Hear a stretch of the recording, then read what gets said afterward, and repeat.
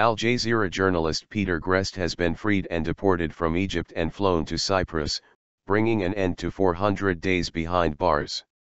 The Australian ex-BBC correspondent was arrested in December 2013 and tried on charges that included spreading false news and aiding the Muslim Brotherhood.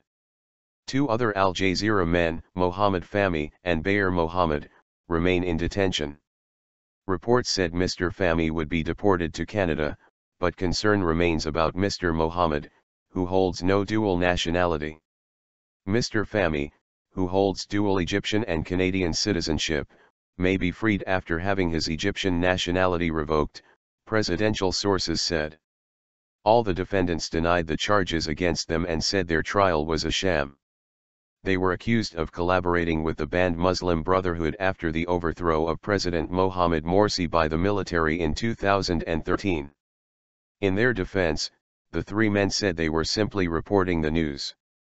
Mr Greste's brother Andrew said in a statement, "We're ecstatic that Peter has been released and we now ask if the world could respect his privacy, to give him time to appreciate his freedom before he faces the media."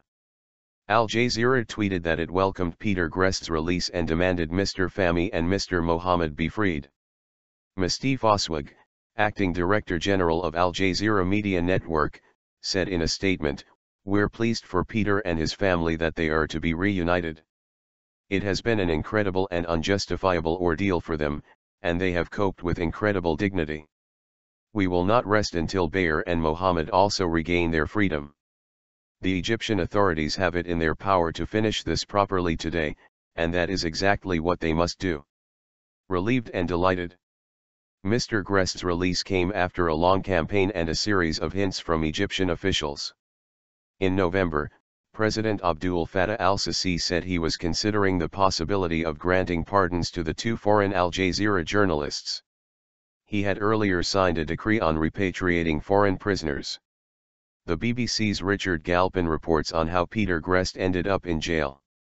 Then in January, Egypt's top court ordered a retrial of all three men. Mr Greste's release was eventually confirmed by a statement issued by the Egyptian Interior Ministry. The statement said it had been decided to extradite Australian journalist Peter Greste to his country today, February 1, 2015, after the Cabinet's approval, in enforcement of the Presidential Decree No. 140 for the year 2014 regarding the rulings on extraditing defendants and deporting the convicts.